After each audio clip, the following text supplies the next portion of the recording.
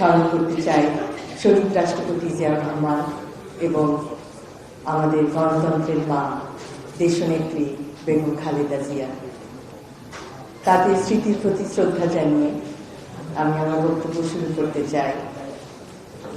ধন্যবাদ জানাতে চাই সিএসএফ চাইল্ড সাইড ফাউন্ডেশন গ্লোবালের সকল সদস্যকে, যাদের অক্লান্ত পরিশ্রমে আজ বিভিন্ন শিশু কিশোররা তাদের প্রকৃত চিকিৎসা অর্জন করে সুযোগ্য নাগরিক হিসেবে নিজেদেরকে গড়ে তুলতে পারছে। আমরা একটা প্রজেক্ট দেখলাম, শিশু স্বর্গ, সত্যি অভাবনীয়।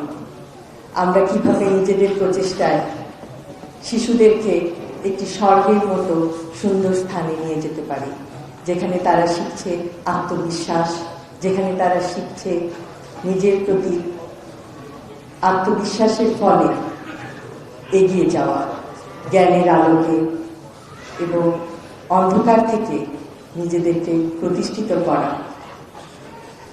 আমি অত্যন্ত অভিভূত হয়েছি সিএসএফ এর অন্তর্গত প্রোগ্রামে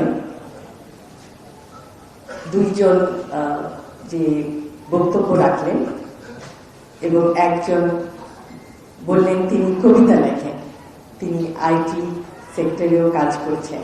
আমি সত্যি তাদের জ্ঞান এবং তাদের প্রচেষ্টা আশা করব যে তারা ভবিষ্যতে আরো উন্নতি করবে এবং সবার কাছে একটি উজ্জ্বল দৃষ্টান্ত হিসাবে থাকবে।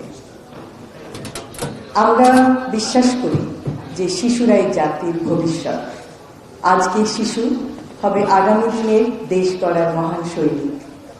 এবং আমাদের যে পরিকল্পনা আছে, আমাদের রাজনীতি সুষ্ঠু পরিকল্পনার রাজনীতি।